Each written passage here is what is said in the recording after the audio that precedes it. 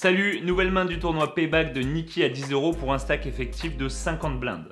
Ici, il a relancé avec As-6 offsuit au cut-off à 2,5 blindes et le joueur en grosse blinde a payé. On peut inclure As-6 dans notre range ici, mais ce sera un peu compliqué pour deux raisons. Premièrement, c'est pas une main qu'on voudra jouer dans cette position de base. Si on regarde dans l'application Ranger, on peut voir qu'elle en fait pas partie. Ça reste ok parce que notre stack domine ceux des autres et qu'on pourrait avoir leur prime si on les élimine.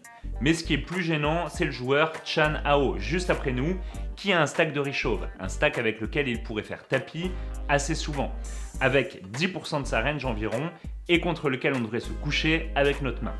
On conseille également un sizing d'open de 2,3 blindes avec un stack de 60 blindes, et dans la logique, plus notre sizing augmente, moins il devrait comprendre de main. Bref, le flop vient, Dame 10 et 6 de cœur. C'est donc un flop avec un maximum de tirage. Il est monochrome, donc une couleur est déjà possible, et il y a deux cartes moyen hautes et une basse. La grosse blinde décide de checker et on décide d'en faire autant. On a un avantage de range assez massif sur des boards monochromes contre la grosse blinde, parce que notre range, elle contient beaucoup de combos de mains suités, et notamment les meilleurs possibles, puisqu'on aura tous les as suités.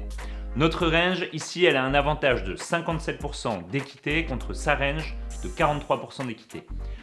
Et on aura un peu plus de mains neutres que lui, avec les As-Roi et As-Valet de cœur, mais ça compose que deux combos.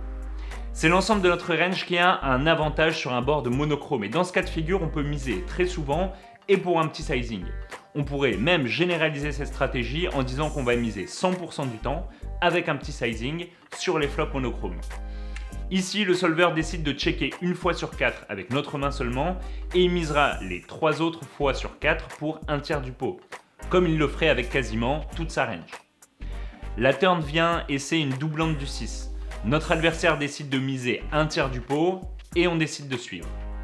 Ok, ici à la place de notre adversaire, le solver va préférer se polariser en misant cher, principalement avec des mains fortes comme des couleurs fortes et des doubles paires ou bien des 6, mais aussi avec des bons tirages qui contiennent l'as de cœur ou bien des tirages quintes. Le solver décide de relancer quasiment 100% du temps avec notre main contre un petit sizing de notre adversaire.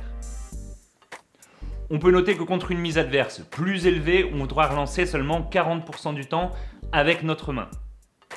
En décidant de simplement suivre, on lui laisse tirer son équité avec ses mains moyennes et on ne prend pas de value non plus contre ses top paires ou double paires. Le raise ici, il est préféré par le solver. La river, c'est un 2 de carreau. Notre adversaire décide de checker et on décide de miser 2 tiers du pot. Quand il check, notre adversaire annonce souvent un tirage manqué ou bien une main moyenne qui veut voir un showdown. Dans ce cas, c'est bien de cibler une partie de la range adverse qu'on aimerait voir payer. Par exemple, s'il avait un tirage manqué avec un cœur, il paierait jamais aucune mise de notre part. Par contre, s'il avait une dame ou bien un 10 ou même un 6, on pourrait obtenir pas mal de value en misant.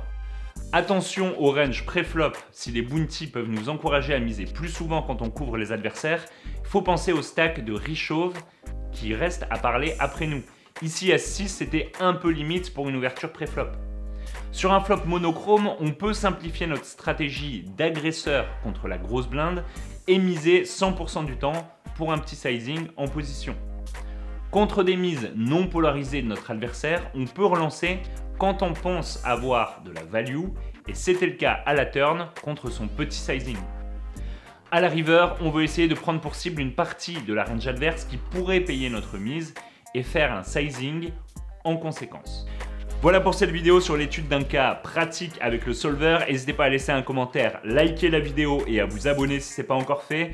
S'il y a des concepts ou des termes que vous n'avez pas compris, je vous invite à jeter un coup d'œil sur le site tutopoker.fr où vous trouverez des cours vidéo et des cours écrits, des fiches techniques, des quiz vidéo et des quiz écrits, ainsi que l'application Ranger qui nous donne les ranges pré-flop.